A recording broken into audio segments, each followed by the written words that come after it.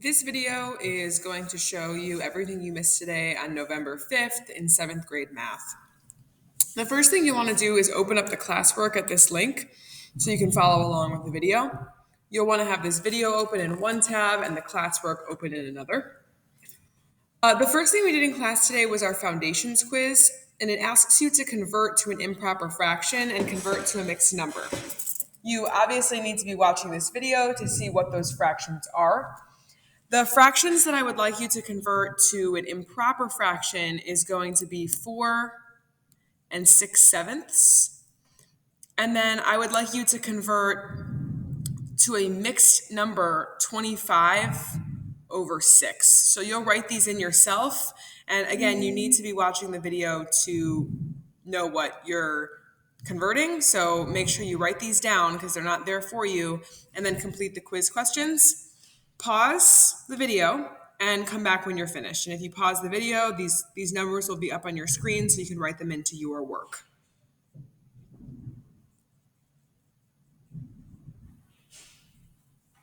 All right, so slide 2, you're going to see the first activity. What could the graph represent? Here's a graph that represents a proportional relationship, and it wants you to invent a situation that could be represented by this graph. So what we want to pay attention to here is where the graph points are meeting. For example, we know that when there's an 8 on the x-axis, we have a 6 on the y-axis. When there's a 16 on the x-axis, there's a 12 on the y-axis. So what's a situation when you have 8 of something and 6 of something else, or 6 of something, 16 of something, and 12 of something else? You want to write your own situation.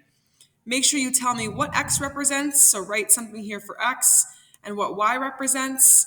Title the graph, and identify a coordinate pair on the graph. So any coordinate pair. Go ahead and pause this video and answer slide 2, 11.1.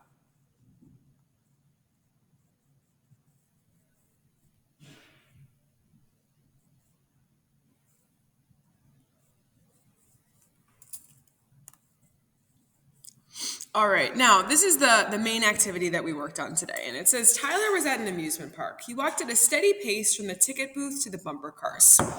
So the point on the graph shows his arrival at the bumper cars, and what do the points tell us about the situation? And we'll do this one together.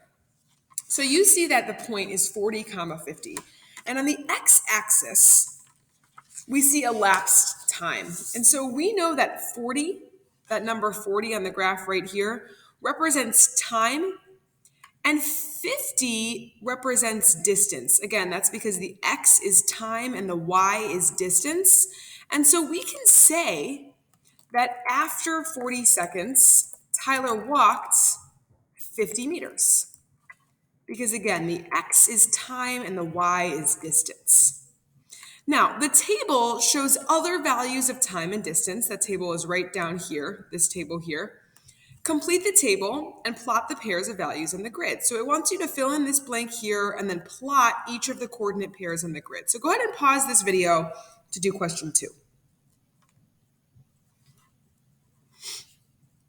Okay, so the first thing is completing the table. And we know that we have to be multiplying time times something to get distance. This is a proportional relationship because we know that he's walking at a steady pace. That's right here. He's at a steady pace. And so I know that to get from 20 to 25, I can figure out what I'm multiplying by just by dividing 25 divided by 20. Now 25 divided by 20 is 1.25. And the same division sentence is true for all of the other entries in the table. And so 20 times 1.25 is 25, 30 times 1.25 is 37.5, 40 times 1.25 is 50, and 1 times 1.25 is 1.25. And so now that I have my full table, I can plot each of these points in the graph. I can go over 20, up 25. I can go over 30, up to 37.75. And 40, 50 is already plotted for us. And I can go over 1, which is going to be just a tiny little bit, and up 1.2, which, I'll just estimate. It's going to go right about there. Question 3 says, and if you need to pause this video to catch up, don't forget that you can pause. Question 3 says, what does the point 0, 0 mean in this situation? Well, yesterday we learned that 0, 0, which is right here, is the origin. And in this case, it means no time has passed, 0 seconds, and he has traveled no distance, right? Because we're at 0, 0, which means nothing's happened. There's no number of seconds and there is no number of meters, right?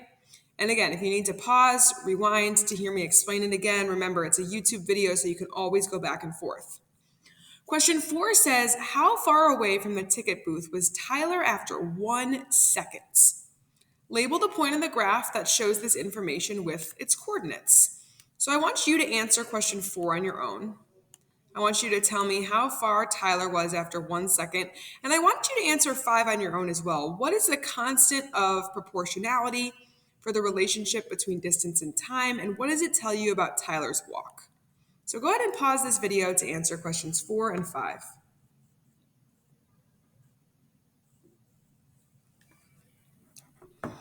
So the thing I want to point out most importantly is that the constant of proportionality is 1.25, and 1.25 is the number of meters per second.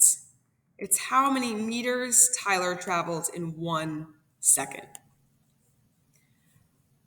On slide 4, you'll see an activity 11.3. I want you to take a look and give 11.3 a try. But if you don't finish, that's okay. We're going to revisit it in class on Monday. When you're done with the classwork, you have a few other things to take care of in the Friday folder. You've got your homework and the 2.11 exit ticket. So make sure you take a look at both of these assignments. And as always, if you need questions, make sure to send me an email.